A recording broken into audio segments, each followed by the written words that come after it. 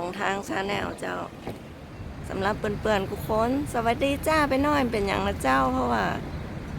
ประตุ้มยุ่งก็กันเนี่ยป้าครอบครัวแม่แอลนะเจ้าวันนี้ประตุ้มกับครอบครัวก็จะมาที่ฟิชมาร์เก็ตนะเจ้าเป็นตลาดอาหารทะเลที่ใหญ่ที่สุดของออสเตรเลียก็เดี๋ยวเราป้ากันไปพอทางในเลยนะเจ้า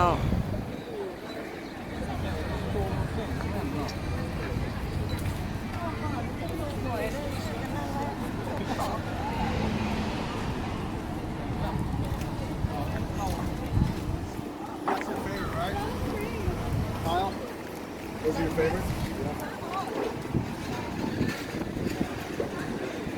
The film. โอ้ยเจ้ามีผลไม้ขายด้วยโอ้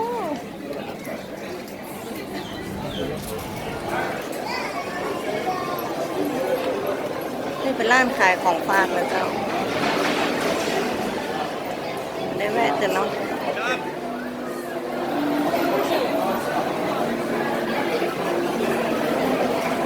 โอ้คนน่าเจ้าสงสัยต้องหานั่งร้านแล้วแหละ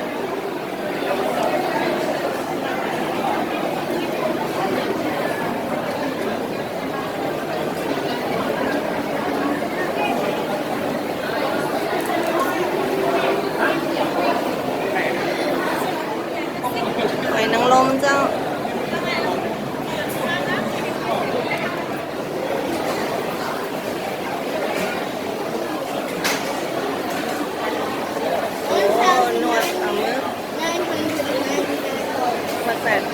What's it? Oh, โอ้แซลมอนสดๆเจ้าแซลมอนแล้วอู้ฮิตมัน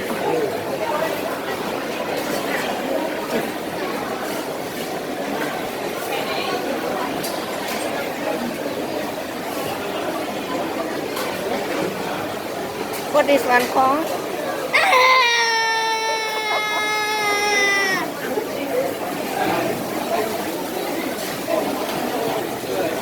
โอ้มันแค่ปูดำบ้านเฮานะป่อโอ้ตัวใหญ่ขนาดโอ้เหรอ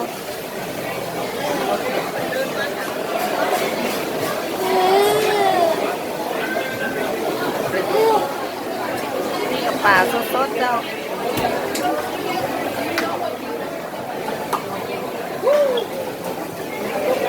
King salmon You want to eat the whole fish?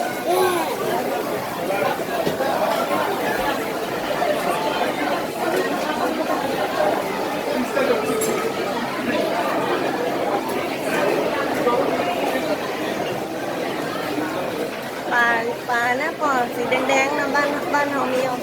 เหมือนปลานี้นะไม่ใช่ปลาทับทิมไหม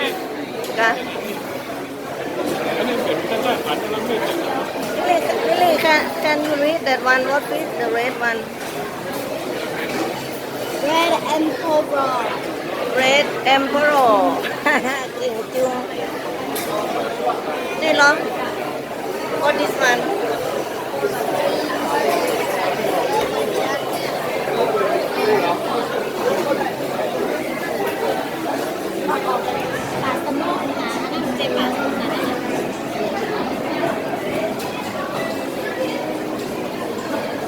ปลาลมควันมาป่ะนี่เป็นกุ้งย่างนะ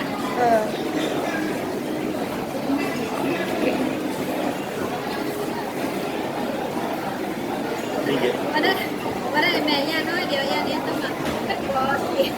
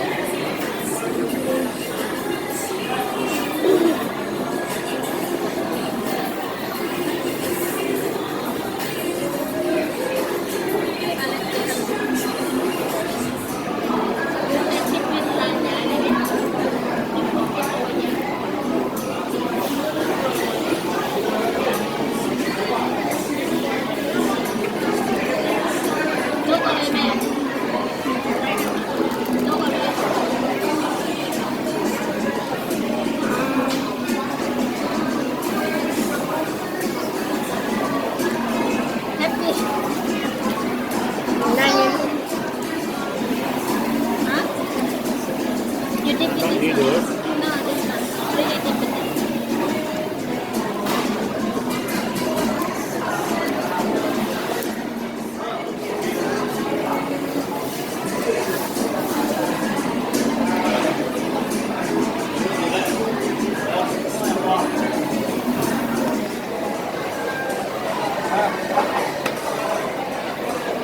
What is that?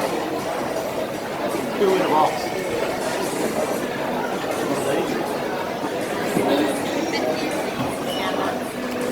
How many skulls are in